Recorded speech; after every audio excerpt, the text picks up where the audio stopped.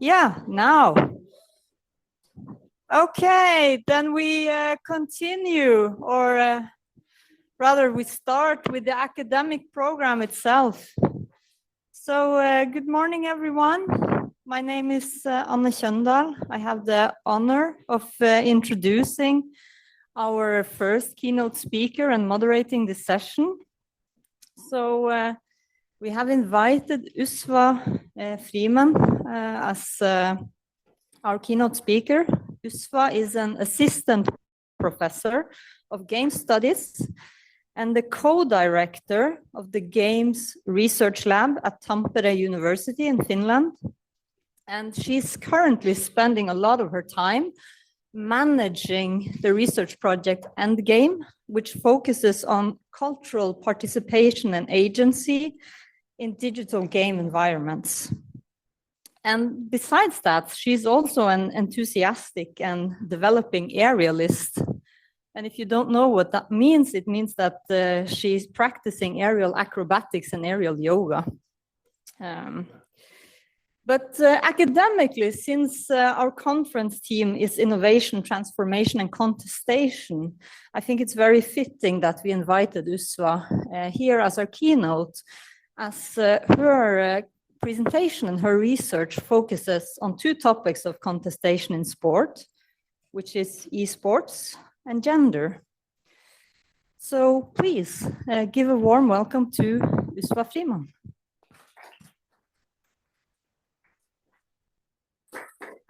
Thank you so much, Anne, for the introduction, and thank you, Jörg, for the invitation to participate. And also I need to thank Mara for all her help in absolutely everything related to practical arrangements of me getting here. So the title of this talk is Why and How We Should Still Talk About Women's Esports, Lessons Learned from Studying Nordic E-Sports. And I feel like esports may not be, as a topic, very familiar to at least some people in the audience. So I will start with some introductions and with myself first.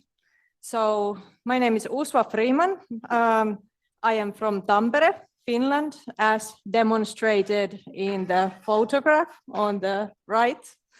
I identify academically as an esports and game culture researcher, and my background is in cultural game studies. So I mostly study games and more specifically digital games, but increasingly also esports, and I'm interested in wider connections between sports and games in all different forms. Because in the end, all sports are games, right? My first provocative thought / question for this talk. I work as assistant professor of game studies and the co-director of the Game Research Lab at Tampere University, as Anna mentioned, and lead this endgame research project, which some of its parts are focused on esports as well. So what is esports? Generally presented definition is that it's organized competition in digital gaming, and that sportification is a significant part of that. But of course, we can approach esports from much wider perspectives than this. And at ProDest, according to the ProDest definitions, it covers all connections between different types of sports and games and their interactions. Is esports a sport? This is not a can of worms I'm willing to open in front of this audience, particularly. But as you can see from these photos, which are taken from the last year's the international tournament, which is the one of the biggest esports events in the world in the game Dota 2. You can see that there's a lot of different types of communication, presence, uniforms, presentation, organization of the event that resemble traditional sports. There's the uniforms, the game outfits of the teams, there's the stadium. You can see the team and their supportive personnel there, and you can see the specialist in the televised broadcast as well. So at least I think we all agree that esports and traditional sports share certain ways of presentation, if nothing else. In my work, I have approached esports as a media sport. There has been a lot of work on how traditional sports have become digitized or have become media sports in many ways. But what separates esports from them, of course, is that it is inherently digital. The sport itself happens in a digital environment. It is played in digital games, in online environments, live streaming the gameplay is a significant part of that. It takes place in these intersections of different network digital technologies and platforms, including these gaming technologies, streaming services, traditional media outlets, social media networks. And here are some photos from my fieldwork in this area that I feel demonstrate these multiple simultaneous media layers involved in these events. These are all from the 2023 Nordic Counter-Strike Women's Championship tournament. So the players play the game on their computers, online. The game is streamed to the audience that is somewhere else. There's also in-person audience, of course. There are also social media channels, media outlets, different kinds of communication happening on several different platforms at the same time.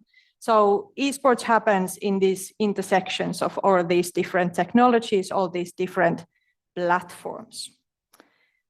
My own esports research has primarily focused on gender equality in esports environments. Here you can see with the bolded font some general topics related to gender equality in esports organizations, questions of why women are not participating, different types of questions of diversity, equity, inclusion in esports, and so on.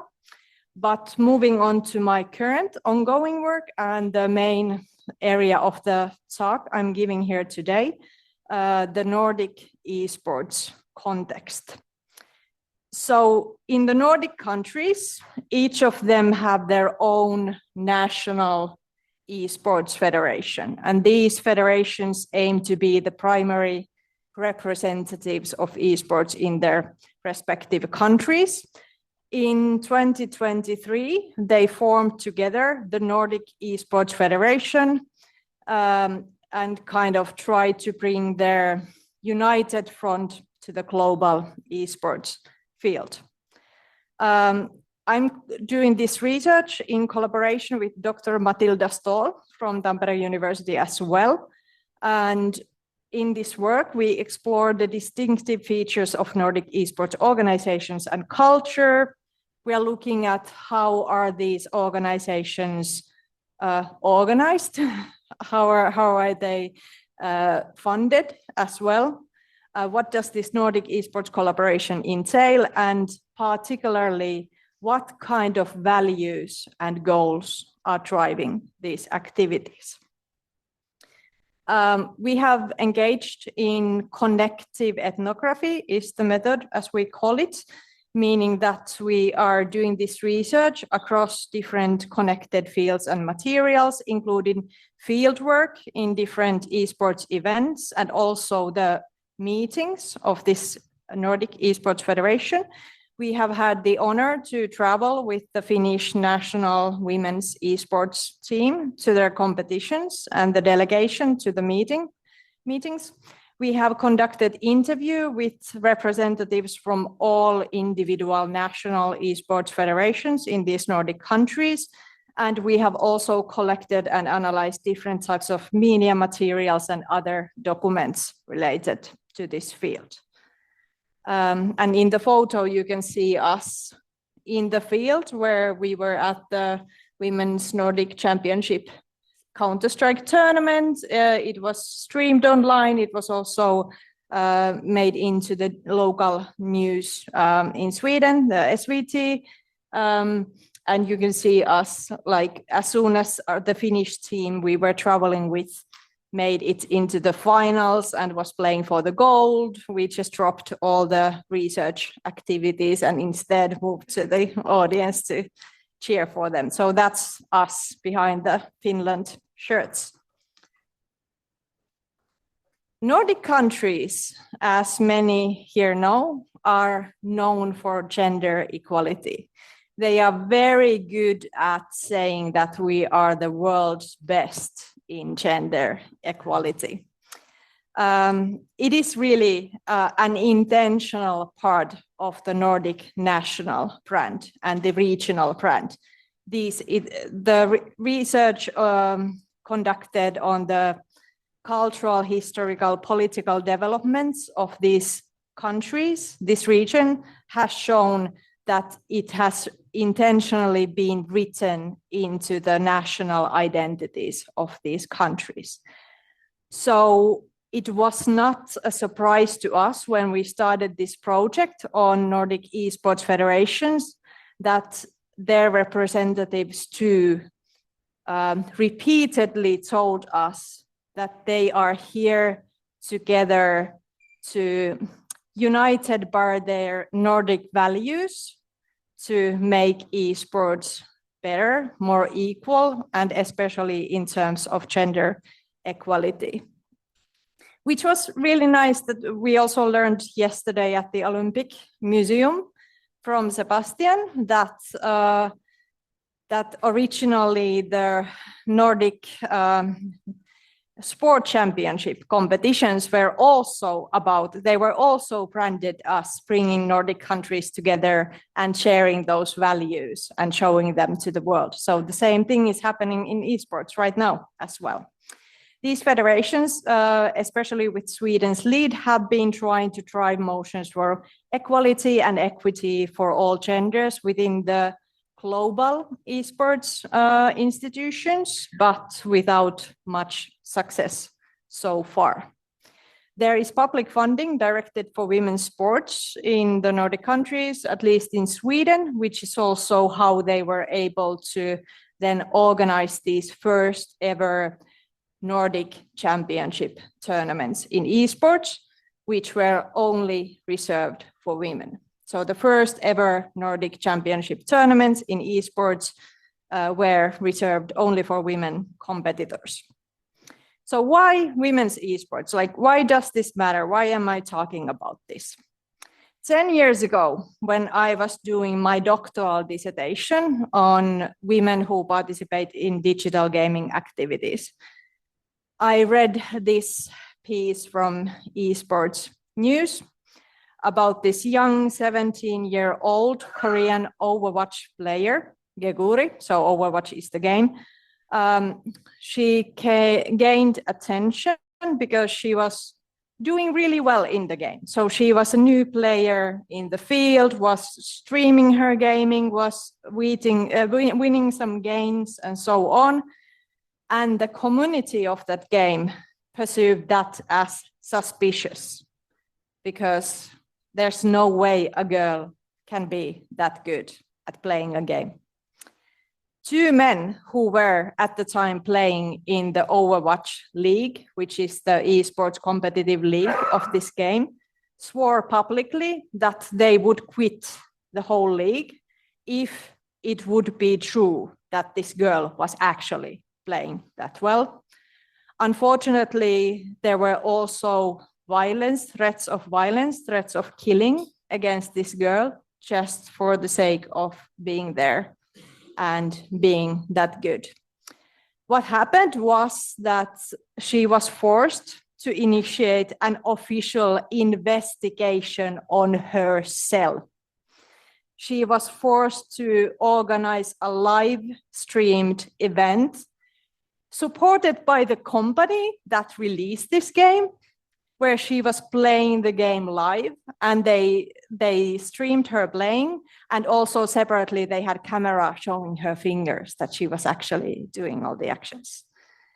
Yeah, it proved to be true, and the two men that promised to quit then did. This was 10 years ago. This was when I was doing my doctoral dissertation, as I mentioned, and I was like, oh, there are serious issues. We need to fix this. I want to write this dissertation. I want to do this work. Let's move on to today. This is from March this year, news that League of Legends player found out that she had made it all the way to the tryouts for one of the top teams in the game. And then it was leaked to her that she didn't get chosen because she was a woman. And the team members suspected that she would be a distraction in the team. So not much has unfortunately changed in the past 10 years. It struck me as funny to learn yesterday from Sebastian at the Olympic Museum that in the ancient original Olympic Games, women were not allowed to participate, even in the audience. And that got me thinking that how far have we gotten from there? In some areas, quite a lot, and in some, not so much.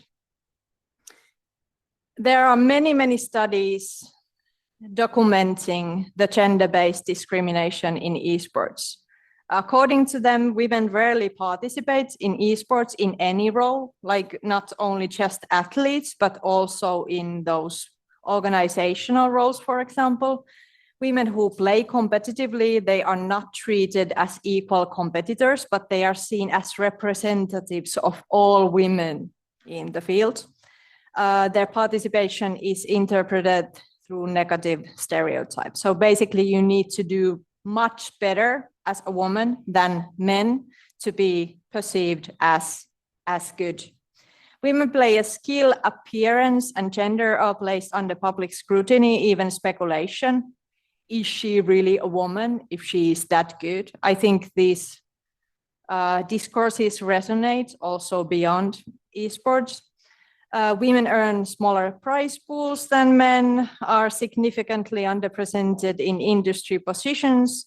They experience gender-based discrimination, harassment, and violence in esports environments, as shown in the previous Geguri example.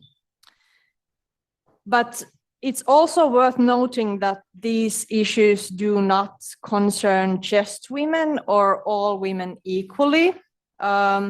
Research has also shown that women of color who play competitively, stream their gaming, experience sexist and racist abuse in those environments. Participants who represent gender and sexual minorities struggle with identity-based discrimination, harassment, and violence in esports environments. And men also participating in the field suffer from cultural attitudes and expectations related to masculinity, especially in terms of racialization and discussions related to questions of ethnicity. So gender segregated tournaments and leagues, so environments that are reserved just for women or then women and people who represent gender minorities, have been seen as a potential solution for creating safer spaces for those who represent these identities in this field.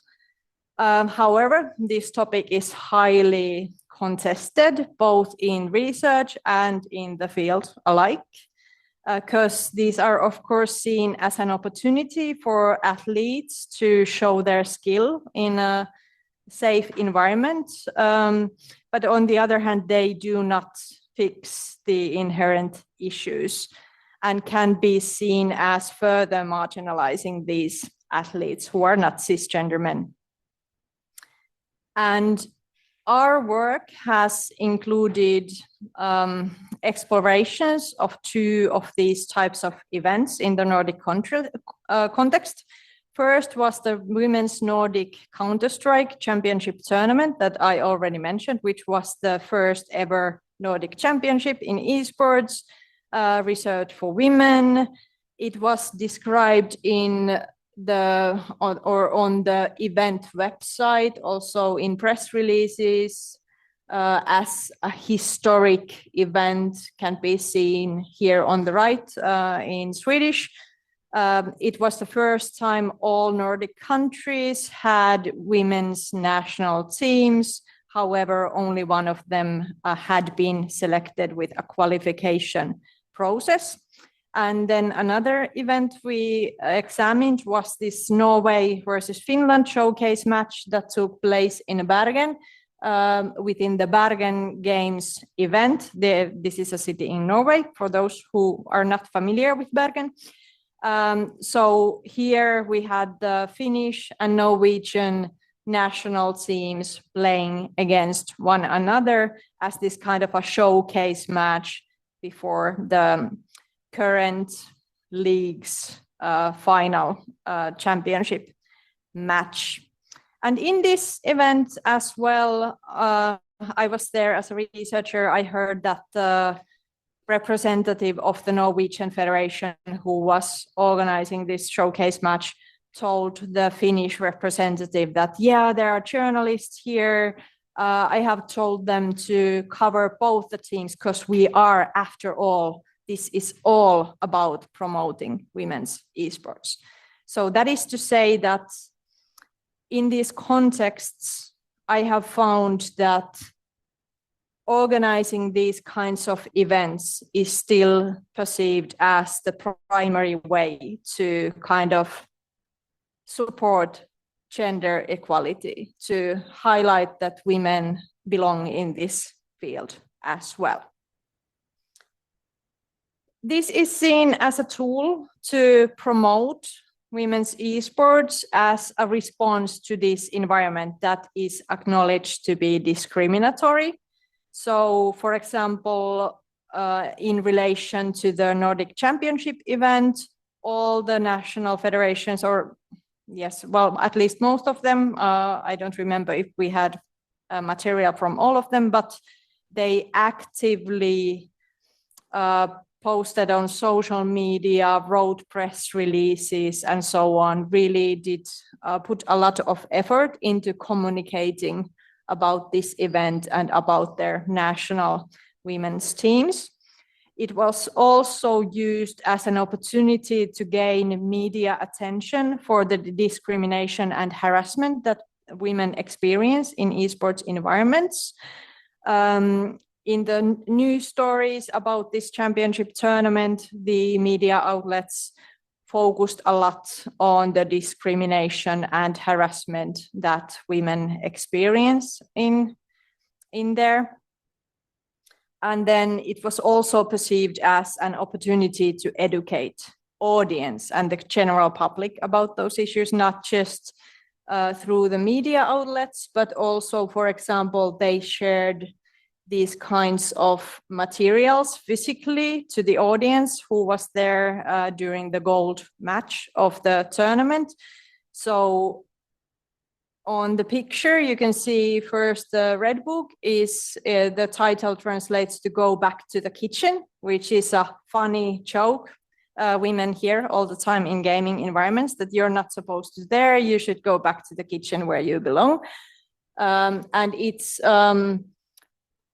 this report published by a Swedish organization called Female Legends about why are there no girls and women in esports environments, based on the material they have collected from Swedish girls and women who do participate in those environments.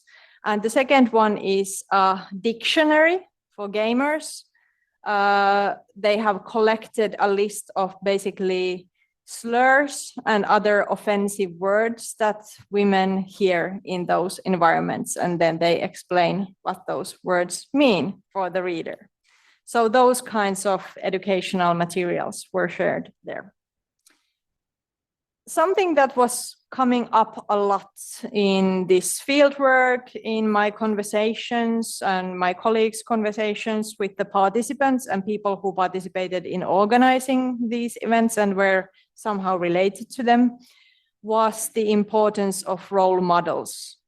One of our interviewees stated that seeing a woman photographed with a trophy makes younger girls feel like that's something that they can become. So that was kind of highlighted as one of the important functions of these kinds of events, that otherwise that is not something you see. You need to organize these kinds of women's events to be even able to witness that. Based on research, women do want to see more women in esports. That is something that comes up all the time. That would be, like, people say that it would be very important for me to see that it is possible for me as well through someone else doing that. At the same time, they are afraid to participate because of the reasons mentioned before. When we chatted with people who were there at these events, everyone seemed to agree that these events are very important, much needed, and something that they really wanted to be there. The athletes that I talked to said that boys and men are still gatekeepers in this field, even when these events would be for everyone on paper, because we know that there are those structural barriers, even though we say that, well, no one is forbidding you from participating. We know that there are these barriers that truly do prevent people from doing that. I spoke with a couple of young athletes who just said that, you know, Usva, we think that they don't even come to think about inviting us. And by them, they meant the boys and men who were playing those games. Like, they don't even think that we might want to participate. So the structural exclusion is on that level.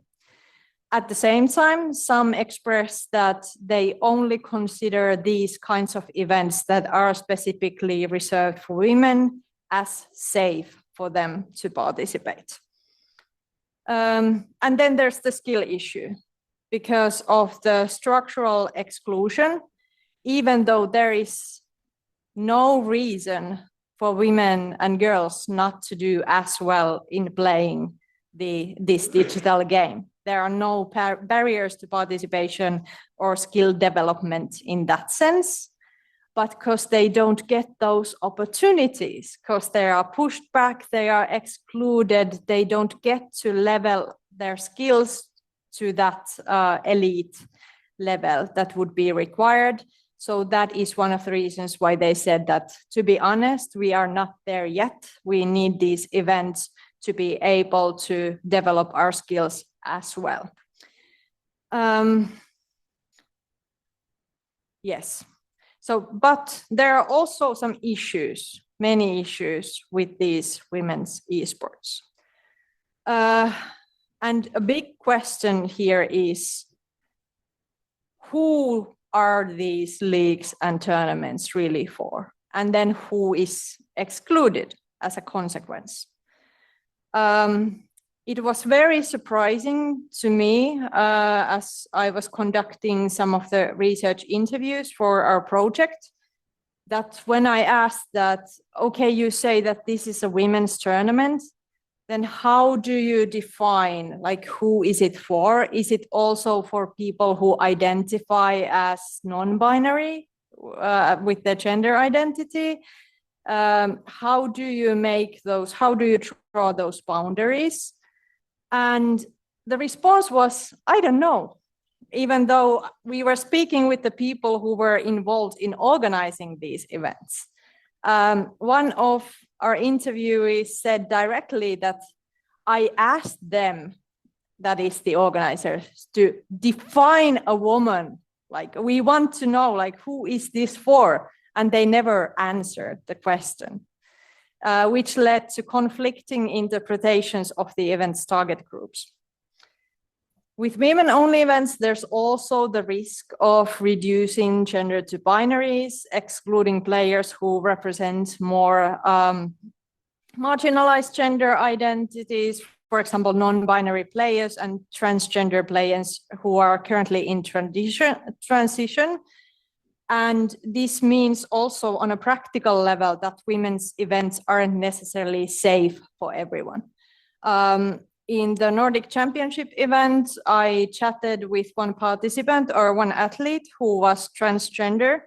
And she told me that, you know, like coming to this venue, it was like all the teams were staying at the same hotel, like arriving here on the first night and just looking around, having all these teams, delegations there together.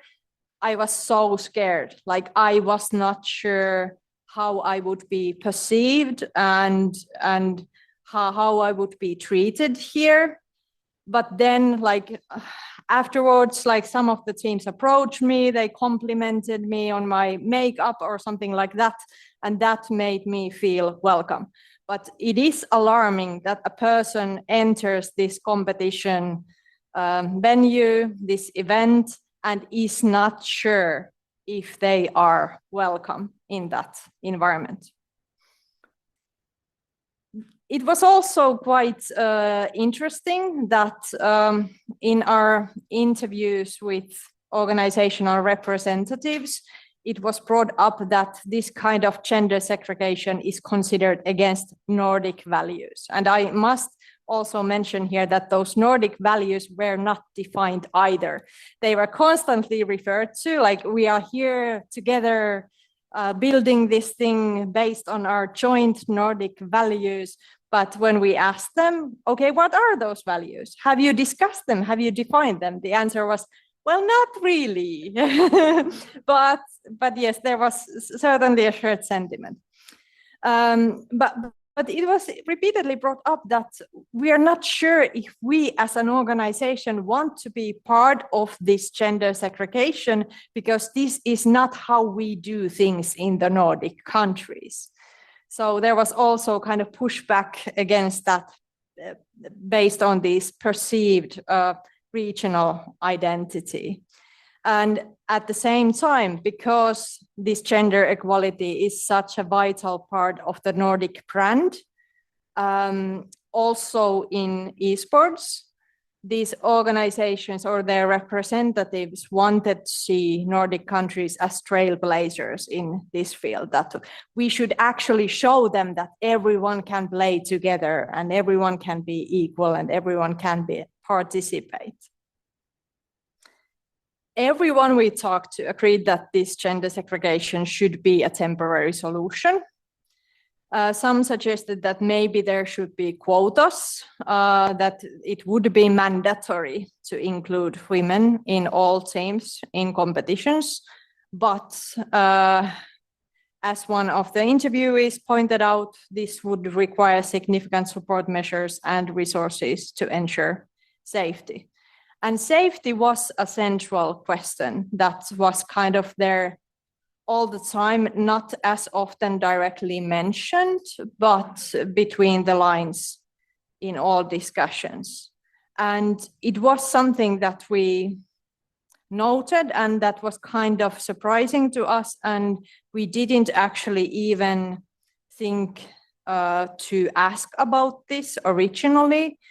But afterwards, when we were discussing and analyzing our material, we realized that we're not sure how safety was actually taken into consideration in these women's events, because they said that, oh, it's a hostile territory out there, so here we have this event where women can safely participate.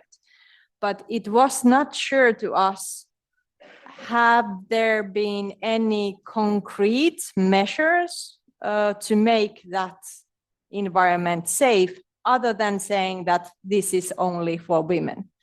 kind of like it seemed that there was another kind of this underlying assumption there in play as well.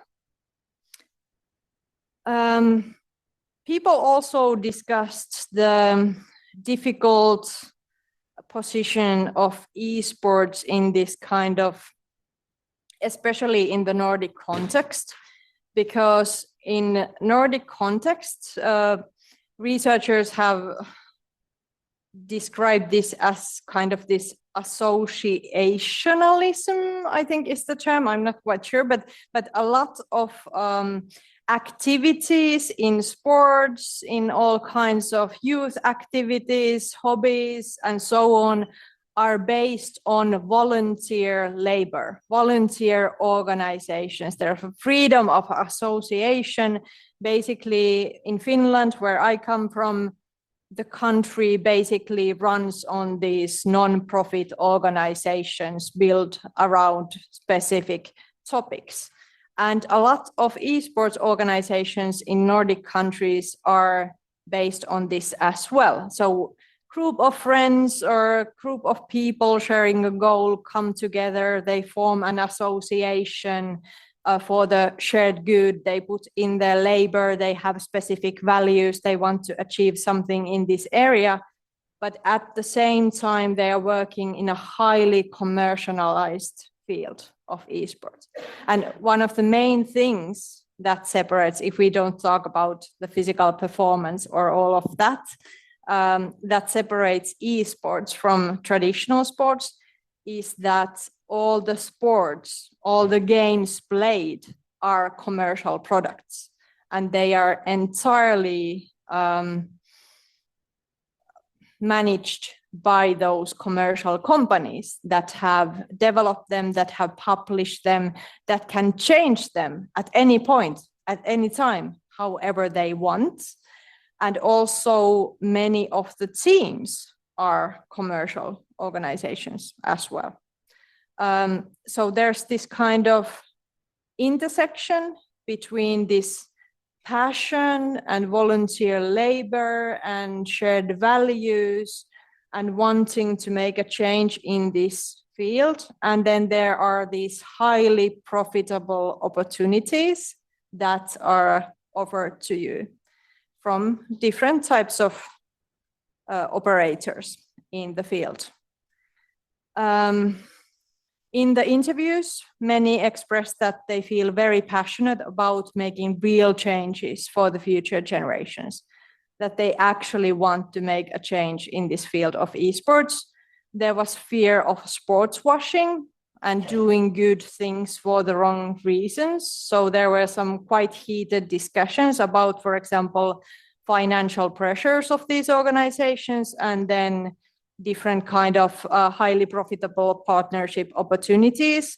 And there was also a problematic relationship to international esports federations. As mentioned, the Nordic countries, Sweden especially, have made quite many initiatives, released many public statements related to some of the decisions made on the international esports federations related to, for example, allowing Russian players to play with their national symbols in world championship competitions, related to gender equality, things related to those Nordic values that we all share. One example of this, one example of how women's esports can be considered contested and complicated question is the ESL's Impact Circuit League, which is one of the most high-profile women's leagues to have existed in esports. And how it was marketed was that it's for all women, everyone's welcome in. It was made for women to unapologetically enjoy what they love the most, Counter-Strike, because that is what all women love.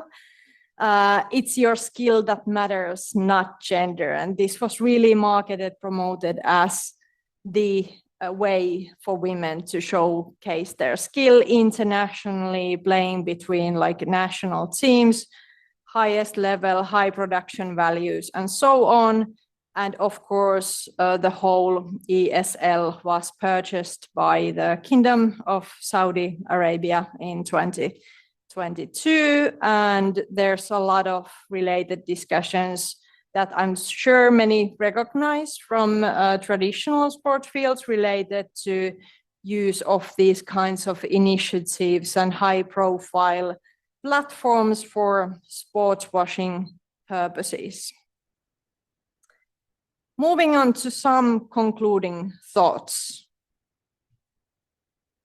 So, based on this exploration and the time spent in the field and analyzing the material and having all these discussions, I'm quite afraid that women's leagues and tournaments remain this kind of a low-hanging fruit in esports gender equality. It's something that is kind of easy to do, but then doesn't really in the end fix much, unfortunately. They were perceived currently as important and needed, especially by the athletes, but then offering these opportunities for them does not change anything on the wider scale of things, unfortunately. The core questions here seem to be those of safety, equity, and belonging, and for everyone, not just for women or certain types of women. These problems behind these issues that we see, they really lie in these cultural structures and practices that need to be systematically addressed instead of individual campaigns and events. And it's very important to keep in mind that they do not only concern specific women or certain types of women, but everyone in this field. When we spoke with the representatives of this Nordic E-Sports Federation, and we have published the first paper based on this material and this project related to how the Nordic E-Sports Federations promote gender equality, we found that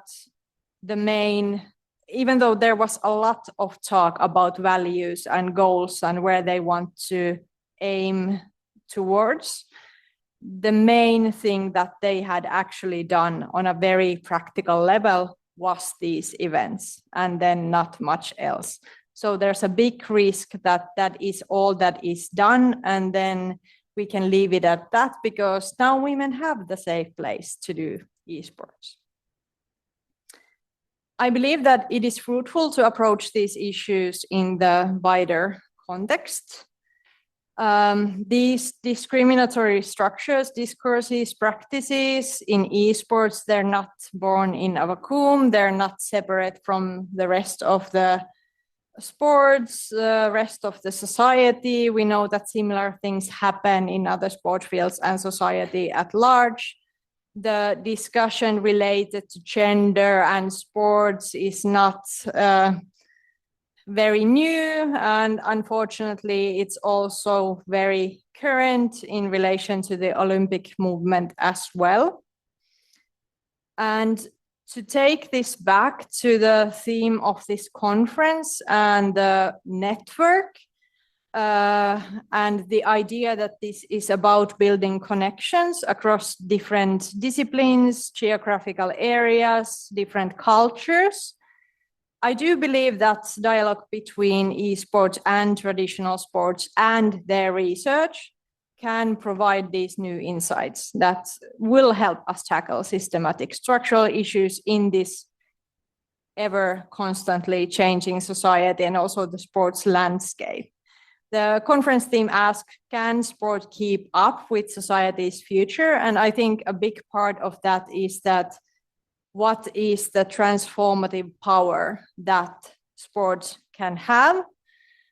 Yesterday, it really warmed my heart when Ole Henrik reminded us that in the panel that sports can be inherently about belonging and about being acknowledged, being seen, getting that acknowledgement for who you are and where you come from.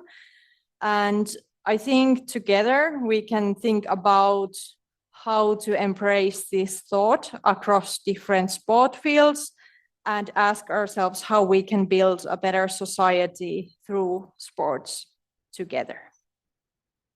Thank you.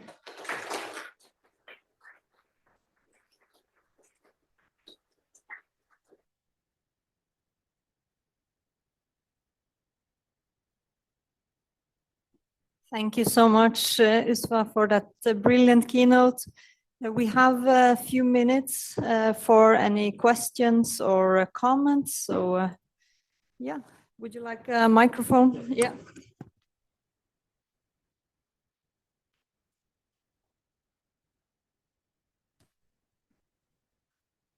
I'm Jerry Fry from the University of Minnesota, University of Oregon.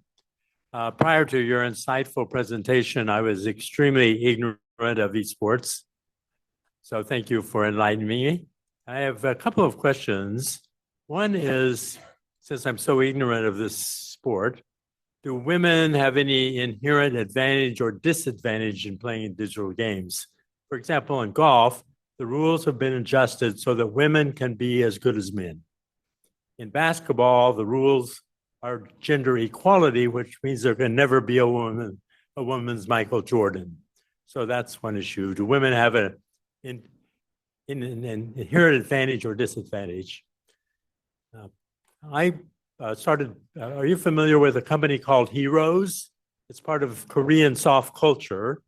It's been introduced now as Korea is exporting its culture around the world. So I play baseball with AI. I'm actually pitching real baseballs, but the batters, the stadium, the crowd are all AI. And when I make a good pitch, they roar. And when I make a bad pitch, they groan. And if I hit the batter, they really groan. They tell me how fast I'm pitching, the accuracy. Is that esports or what is that? So those are my two questions. Oh, thank you so much for the very insightful questions. And to me, it sounds like you are very actively engaging in esports and successfully even. And yes, that is the question, like, is that esports is that not? Maybe like, I'm not sure if I dare to go into that, but I'm sure that that could be counted as esports, most definitely. The question regarding the advantage and disadvantage, as far as I know, there is no research that would show that there would be, for example, some kind of like hormonal differences that would affect the efficiency of the physical performance related to esports, which is why when I started looking into this topic, and maybe like, of course, I was young and naive, like fresh doctoral researcher, I was thinking that, hey, here we could have a sport where everyone gets to participate in an equal playing field. Yeah, I found out very quickly that this is not the case. But yeah, as far as I know, I'm not familiar with any research that would show that there would be differences that would require this kind of separation on the grounds of fairness, for example. Thank you. Yeah, we'll go here and then here. Thank you. Hi, thank you very much for that presentation. My name is Andrew Bertoli, and I teach at IE University in Spain. And I've written a bit about esports, and I see them quite the opposite way that you do, which is I think that for the vast majority of people, sitting at a computer for hours playing video games is not a very good use of their time. And from that perspective, I think that the question is, how do we get more men to play video games in moderation, or maybe not at all, rather than try to bring more women into this world? And I think this is actually a tension that carries over to traditional sports as well, because there are many sports where it's actually very unhealthy to try to become an elite athlete in that sport. and we have elite male athletes in those sports, and over the last century, more and more women. And there's this notion to push for equality, but if the underlying practice itself is very unhealthy for the participants, is that really the type of equality that we want? Thank you. Yes, thank you for that thought-provoking question. I do think it's there are good points related to that, but I think there are also positive developments in esports field in this area. Like these days, many teams have sports coaches, like physical coaches. They go to the gym, they have nutritionists, and they get support just for that, for like finding the support that they need, that they can then excel in what they do in their sports, in the respective sport. And I'm not sure, like thinking about, okay, well, should we get people into this in the first place because it might not be good for them in the end?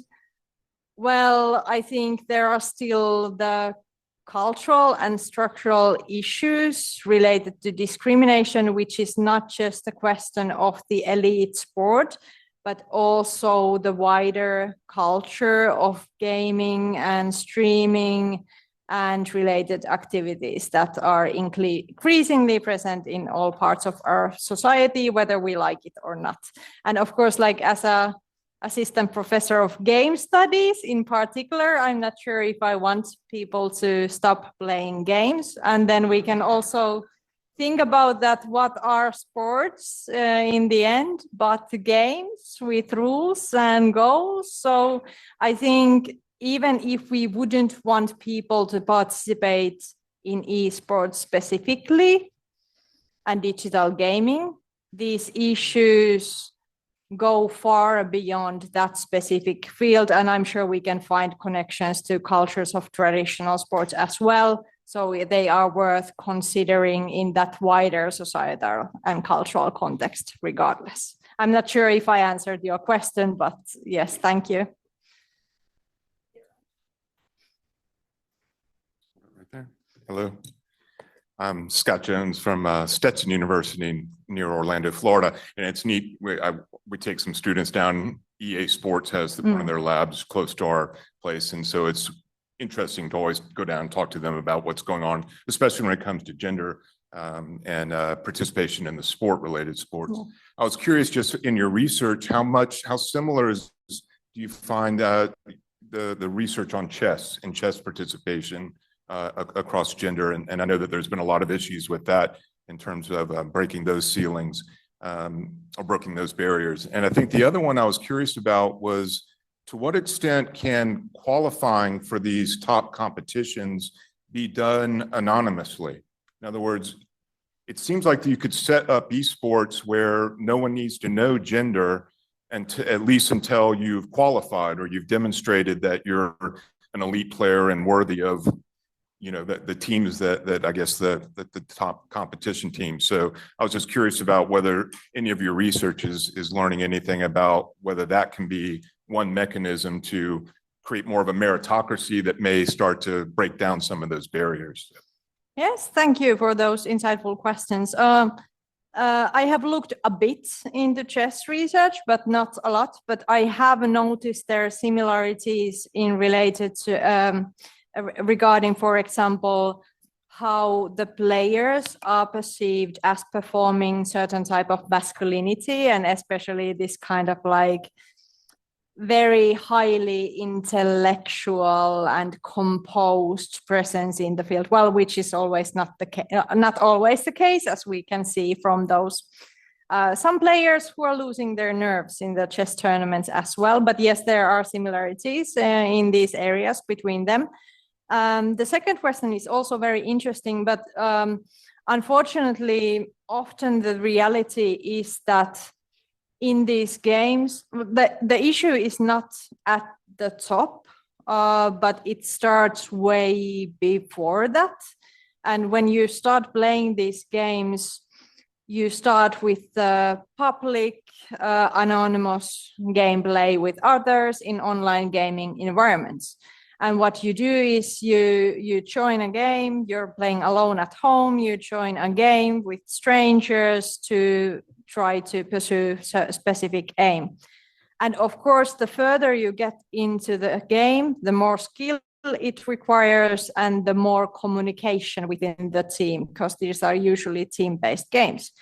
And then as soon as a person opens their microphone to communicate to the team and the team finds out that, oh, I assume that this is a woman, then it's game over. So it's not, even though that might be, I think that might be theoretically possible. The issue is that to get to that point, to develop those skills, there are so many gender-based boundaries on that path, unfortunately. So yes, thank you. A lot of people have raised their hand, but in the interest of time, I will allow 2 more questions. And the first one is here and the second one is over here. Okay, we will be very quick. I'm Magdalena Hagnar-Dorangowska from Poland, from Nicolaus Copernicus University.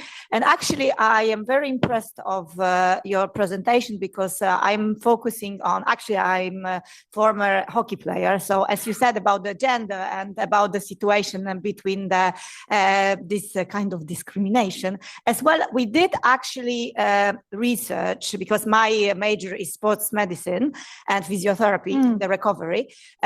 About the e-sport, according to the hockey players, both in the gender male and female, and how the e-sport and games can influence on the cognitive functions and the reaction. And actually, we think that this is a very good training for the cognitive functions for the sports in the, for example, many disciplines. So I think it's a very good future. Not only for the main training, but for giving the cognitive functions as well. I agree about the chess. It also gives this feedback, and I just wanted to give you this opinion, not more as a question, but we are very impressed about what you said. Thank you very much. Okay. Our last question here in the front. Okay, so hello, I'm Irene Lumasang. I'm a lecturer at the Ateneo de Manila University, Philippines. So thank you so much for your very informative, insightful presentation. It actually made me reflect on the current sporting landscape in Asia, specifically in the Philippines. So there are countries where there's this idea of gatekeeping specific sports only for male athletes. So in our country, esports is one of them. And it's ironic given that there's no physical contact at all. With that, I'd like to ask for your opinion. Where do you think this issue is actually rooted from? Where is it, what from, sorry? Rooted from. Ooh, oh, okay, yeah, that is an excellent, insightful question. Thank you for that. What I have, how I have approached is that in my perspective, because I come from a cultural studies background, humanities background, I look at everything people do as cultural practices. And I perceive esports as this kind of cultural field that combines culture of digital gaming that has been highly also gendered and constructed as such, and then the culture of traditional sports, which we also are aware has been quite masculine and exclusive in many regards. And if I want to say it in the worst way possible, I feel like it's a combination of those two, and then it brings out the worst of the both instead of taking on these opportunities to construct something better. So my perspective would be that this is about how this field is culturally constructed and where those different I'm lost at words, but how it is like how do we perceive that, what is this activity about and who it is for? That is based on the ideas of who gaming is for and who sports are for as well. Thank you. Thank you, Usva. Now we have a coffee break before the talking circles. So give a round of applause for Usva. Thank you.